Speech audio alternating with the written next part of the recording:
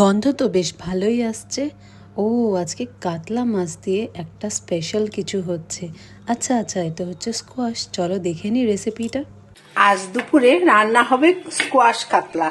তো স্কোয়াশ কাতলা বানাতে গেলে অবশ্যই আমার স্কোয়াশ লাগবে আর লাগবে কাতলা মাছ।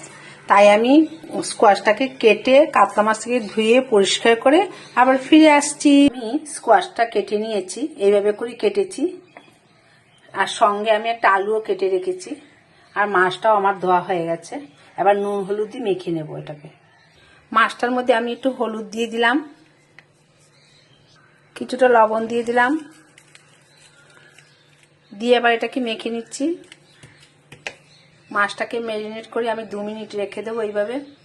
কি আমি কড়া বসিয়ে কিছুটা জল গরম করতে দিয়েছি। এবার আমি এই জলের মধ্যে স্কোয়াশগুলো দিয়ে দেব।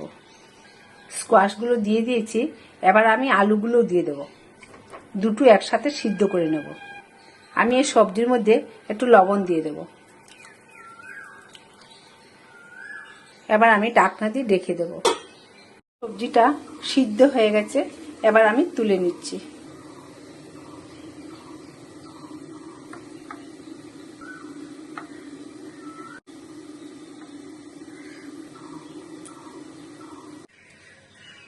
তেলটা গরম হয়ে গেছে, এবার আমি এক এক করে মাছটাকে ভেজে নেব। মাছটা ভাজা হয়ে গেছে, এবার আমি তুলে নিচ্ছি। বাকি অংশটা নেক্সট ভিডিওতে। Stay tune.